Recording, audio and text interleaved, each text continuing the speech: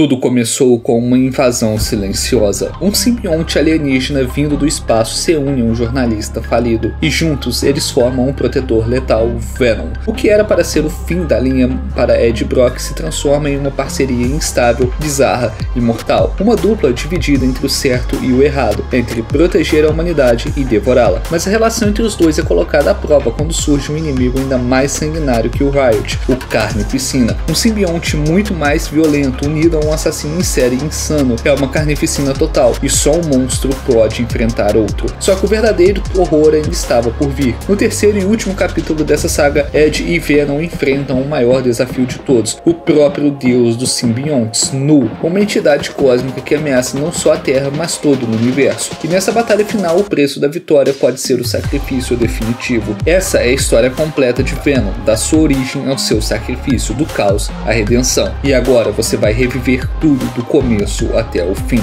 Enquanto explorava o espaço em busca de novos mundos habitáveis, uma nave da corporação de bioengenharia Fundação Vida faz uma descoberta chocante, um cometa coberto por formas de vida simbióticas. A nave retorna à Terra com 4 amostras, mas uma delas escapa no corpo do astronauta John Jameson e provoca um acidente que faz o carro tombar na Malásia. Apesar do desastre, a Fundação Vida consegue recuperar 3 dos simbiontes e leva tudo para o seu laboratório secreto em São Francisco, lá na Califórnia. Lá, os cientistas descobrem que essas criaturas só conseguem sobreviver dentro de hospedeiros que respiram oxigênio, e que na maioria das vezes o processo de simbiose acaba matando o hospedeiro. E é aí que entra o Ed Brock, um jornalista investigativo que descobre informações confidenciais sobre esses experimentos humanos ao vasculhar os e-mails da sua noiva Annie Wang, que por acaso está preparando uma defesa jurídica para a própria Fundação Vida. Ed decide confrontar o poderoso CEO da empresa, Carlton Drake, em uma entrevista sobre todos os casos de desaparecimentos de pessoas vulneráveis. E isso muda tudo. Como resultado, Ed é demitido e Annie também perde seu emprego. Para completar, ela termina um relacionamento com ele, culpando pelo que aconteceu. 6 meses se passam e os testes de simbionte da Fundação Vida começam a mostrar resultados. Pelo menos até que um dos simbiontes morre por descuido, mas nem todo mundo dentro da empresa concorda com o que está acontecendo. Doris Quirt, uma das cientistas de Drake, decide que já viu bastante. Incomodada com os métodos cruéis do CEO, ela procura Ed Brock e propõe uma aliança, ajudar a expor tudo. Juntos eles invadem as instalações da Fundação Vida em busca de provas. E é ali que Ed tem um choque. Uma moradora de rua que ele conhecia, a Maria, está sendo usada como cobaia. Ed tenta salvá-la, mas algo inesperado acontece. O simbionte que estava nela se transfere para o corpo dele sem que ele perceba. Maria morre no processo e Ed foge do laboratório completamente confuso. Logo ele começa a apresentar sintomas estranhos, alucinações, super força, uma fome descontrolada, e desesperado ele procura sua ex-noiva Annie, que agora está com um novo namorado, o Dr. Dan Lewis, e é Dan quem faz os primeiros exames e descobre que há algo errado dentro de Ed, algo vivo, um parasita. Parasita! Enquanto isso, Carlton Drake descobre a traição de Doris Quirt e fica sabendo que o último simbionte está com Ed Brock. Como punição, ele a expõe ao último simbionte capturado, matando os dois. Agora o simbionte dentro de Ed é o único que restou, e a experiência está longe de acabar. Carlton Drake não perde tempo. Ao descobrir que Ed está com o simbionte, ele envia um grupo de mercenários para capturá-lo, mas eles não fazem ideia do que estão prestes a enfrentar. Diante da ameaça, o simbionte se revela envolvendo o corpo de Ed e se transformando em uma criatura monstruosa e poderosa. É a primeira vez que vemos Venom. Depois da batalha, a criatura finalmente se apresenta, diz que veio do cometa junto de outros simbiontes em busca de planetas para invadir e devorar. O plano é simples, tomar os corpos dos habitantes e dominar o mundo, mas Venom propõe um acordo. Se Ed ajudar, ele será poupado, e para surpresa de ninguém, Ed começa a gostar dos poderes, a força sobre-humana, agilidade absurda e uma conexão estranha com o simbionte. Decidido a fazer algo certo com tudo isso, Ed invade o seu antigo local de trabalho para entregar provas dos crimes de Drake, mas o plano dá errado e ele acaba cercado por uma equipe da SWAT. Sem escolha, ele libera Venom mais uma vez e escapa em uma sequência caótica. Annie, sua ex, presencia a transformação com os próprios olhos e leva Ed de volta ao consultório do Dr. Dan Lewis. Lá eles fazem uma descoberta alarmante. O simbionte está devorando lentamente os órgãos internos de Ed. Ele revela que a criatura tem 2 fraquezas claras, o som e o fogo. Venom jura que pode parar os danos a Ed, mas Annie decide não arriscar. Ela usa uma máquina de ressonância magnética para separar Ed Ed do simbionte à força. Porém, sem Venom para protegê-lo, Ed acaba sendo capturado pelos homens de Drake. Enquanto tudo isso acontece, o quarto simbionte, chamado Riot, faz um caminho silencioso e mortal da Malásia até São Francisco, pulando de corpo em corpo e deixando um rastro de destruição por onde passa. Quando finalmente chega a Fundação Vida, ele se une a ninguém menos que Carlton Drake. Com o simbionte dentro dele, Drake se torna ainda mais perigoso. Ele planeja usar uma sonda espacial da Fundação Vida para voltar ao espaço, encontrar mais simbiontes e trazê-los todos para a Terra, iniciando uma invasão em massa. Do outro lado, Annie, mesmo contra sua vontade, se une temporariamente a Venom para resgatar Ed da prisão dos capangas de Drake. O plano dá certo e Ed volta a se fundir com Venom. Mas algo mudou. Agora Venom revela que por causa da sua convivência com Ed, ele mudou de ideia. Em vez de ajudar a destruir a Terra, ele quer protegê-la do próprio povo. Então, juntos com a ajuda de Annie, Ed e Venom partem para impedir Riot e Drake antes que seja tarde demais. Na batalha final, Venom consegue danificar a nave pouco antes da sua decolagem com a própria lâmina que Riot usou para matar Ed. Uma curiosidade é que nesse momento em que Ed morre, foi criado um códex entre ele e Venom, que será explicado melhor no terceiro filme. A explosão é enorme e Riot e Drake morrem ali mesmo, em meio ao fogo. E eu confesso que é bem legal ver dois monstros saindo no soco. Annie acredita que Venom também morreu no confronto e que Ed está livre do simbionte, mas ela está enganada. Venom está vivo e agora ele e Ed seguem unidos em segredo e decididos a proteger São Francisco à sua maneira, eliminando os criminosos. E é legal que esse é o mesmo cara que apareceu no começo cobrando a proteção da senhorita Shane, mas que naquela época Ed não podia fazer nada por não ter o Venom junto dele. Mas agora os seus dias de bandidagem acabaram, afinal bandido bom é bandido morto. Com tudo aparentemente resolvido, Ed Brock volta à sua antiga paixão, o jornalismo investigativo. Mas a paz não dura muito. Ele recebe um convite estranho, entrevistar um dos criminosos mais perigosos do país, o assassino em série Cletus Cassidy, que está preso por enquanto. Para chegar até Cletus, Ed é escoltado pelo guarda Beric antes dele trabalhar lá em Fox River. Durante a entrevista, Cletus encara Ed e faz uma promessa sombria. Quando eu sair daqui, vai haver carnificina. Vai ser uma carnificina. Um aviso direto de que o verdadeiro caos ainda está por vir. Só que só teve mesmo carne e piscina.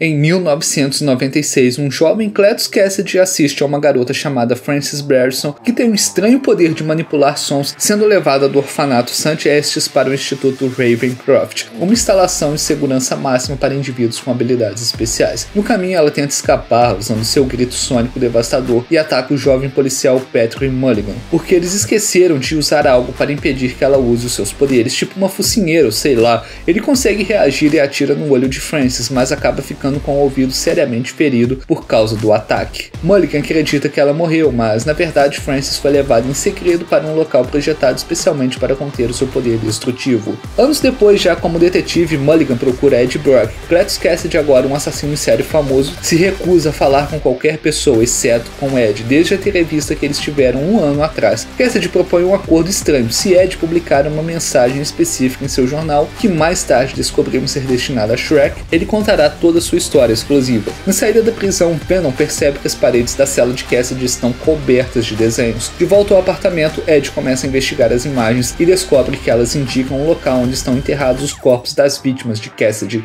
Com a revelação, o governador revoga a proibição da pena de morte e Cassidy é oficialmente condenado à execução, o que coloca Ed novamente sob os holofotes como jornalista. E é nesse momento que ele recebe uma ligação inesperada da sua ex-noiva Annie. Ela liga para Ed dizendo que precisa conversar com ele. Quando se encontram, ela mostra uma aliança de noivado. Ela está prestes a se casar com Dan Lewis. Podemos ver que isso deixou Ed abalado, não só ele, mas o Venom também. E ela percebe que Venom não morreu durante o combate contra Riot e continua ali junto de Ed. Inconformado, Cassidy envia uma carta chamando Ed para uma última visita. Durante o encontro, ele provoca Ed até o ponto em que Venom se descontrola e o ataca. No meio da confusão, Cassidy morde a mão de Ed e algo muito estranho acontece. Ele percebe que o sangue de Ed é diferente, muito diferente. Na noite da execução, tudo dá errado. Cassidy sofre uma mutação terrível, os tranquilizantes não fazem efeito e ele se transforma em uma criatura monstruosa, carnificina. Ele destrói o presídio, mata quem aparece pela frente e libera vários detentos. Em seguida, Cassidy e Carnificina fazem um pacto. Carnificina o ajudará a libertar Frances Berson, a Shrek, do Instituto Ravencroft. Em troca, Cassidy ajudará a eliminar Ed Brock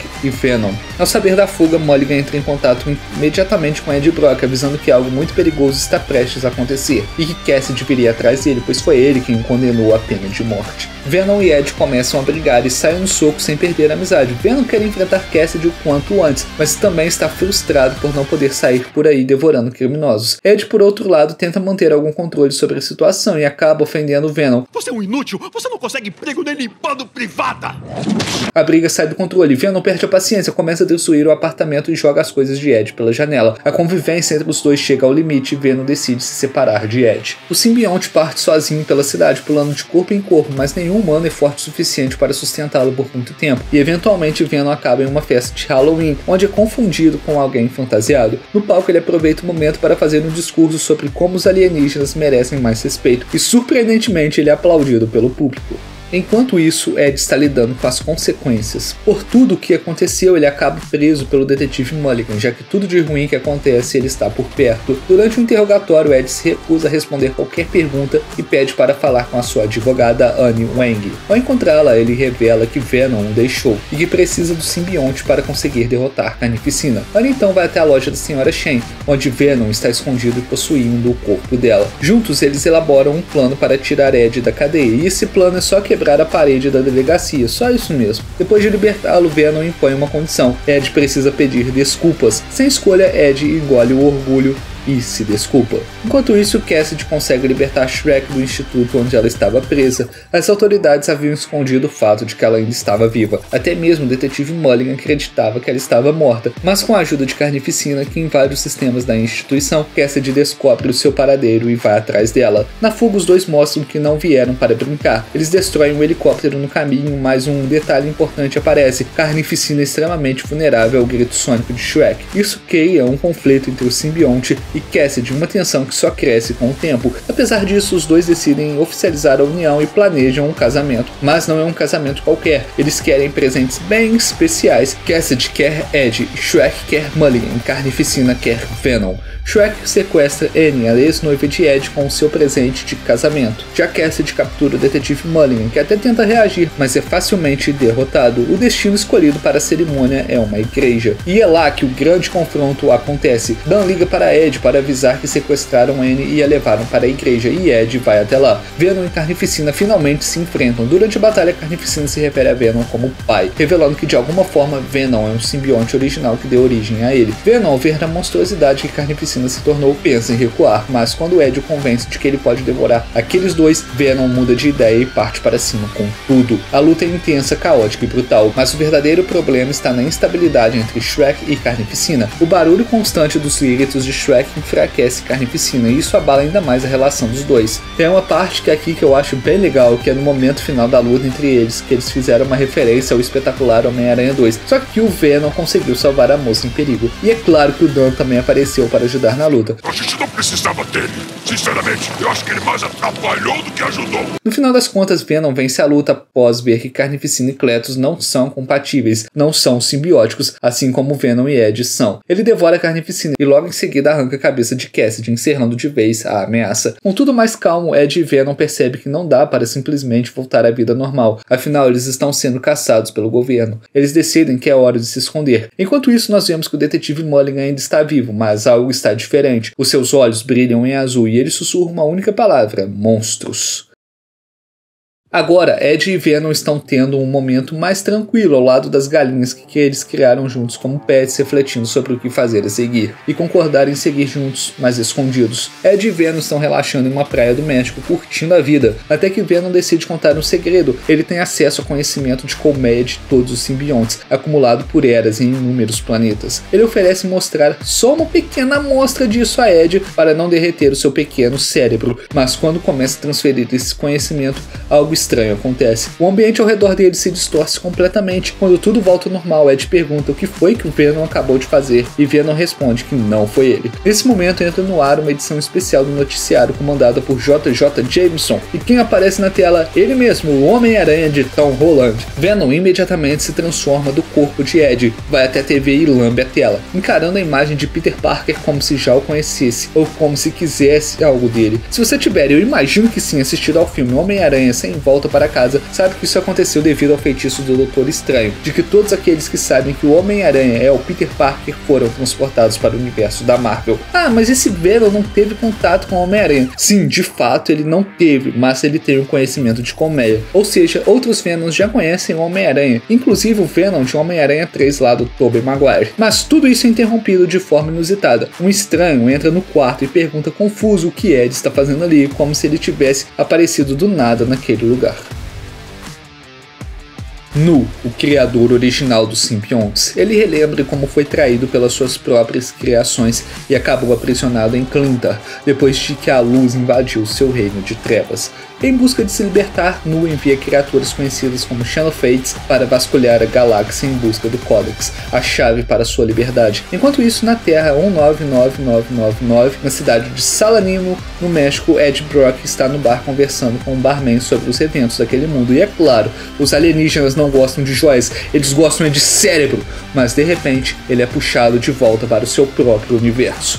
E é engraçado que os caras meio que mudaram a maneira como o Ed voltou para o seu universo. Aqui, em Venom, ele é puxado pelo portal, enquanto em volta para casa, ele vira purpurina e desaparece. Assim que saem dali, Ed descobre que a caçada contra ele ainda está de pé, e agora ele é suspeito de ter assassinado o detetive Patrick Mulligan. Com o cerco fechando, ele e Venom decidem fugir para Nova York, uma cidade da qual Ed foi banido pela justiça. A sua ideia é chantagear o juiz responsável por sua condenação e limpar o seu nome. Já Venom, ele só quer visitar a Estátua da Liberdade. No caminho, eles ouvem os latidos desesperados de cachorros presos em gaiolas. Os dois vão até lá e libertam os cães dos bandidos, mas como Venom precisava de combustível para a viagem, ele acaba comendo algumas cabeças no processo.